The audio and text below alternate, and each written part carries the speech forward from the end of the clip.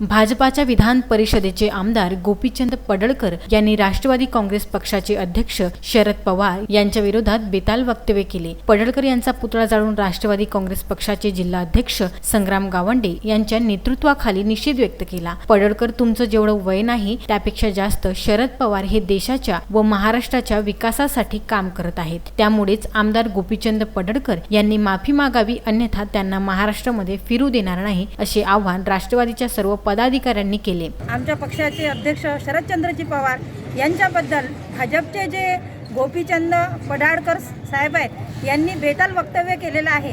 असं वक्तव्य करणं हे चुकीचं आहे।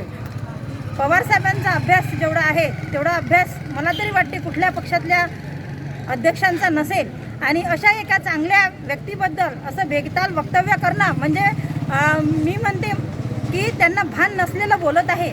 सत्ता गेली म्हणून भान गेलं का, की सत्ता नाही आहे म्हणून ते असे एक वेड्यासारखे वक्तव्य करत आहे। राष्ट्रवादी काँग्रेस पार्टीतर्फे आम्ही त्यांचा जाहीर निषेध करतो। राष्ट्रवादी काँग्रेस पार्टीच्या माननीय शरदचंद्रजी पवार साहेबांचा जेवढा राजकीय प्रवास आहे तेवढा गोपीचंद पडळकर साहेबांना सांगू इच्छितो की तुमचा झिरोतून तुम्ही या ठिकाणी अशा तऱ्हेचे बेताल वक्तव्य करत आहे।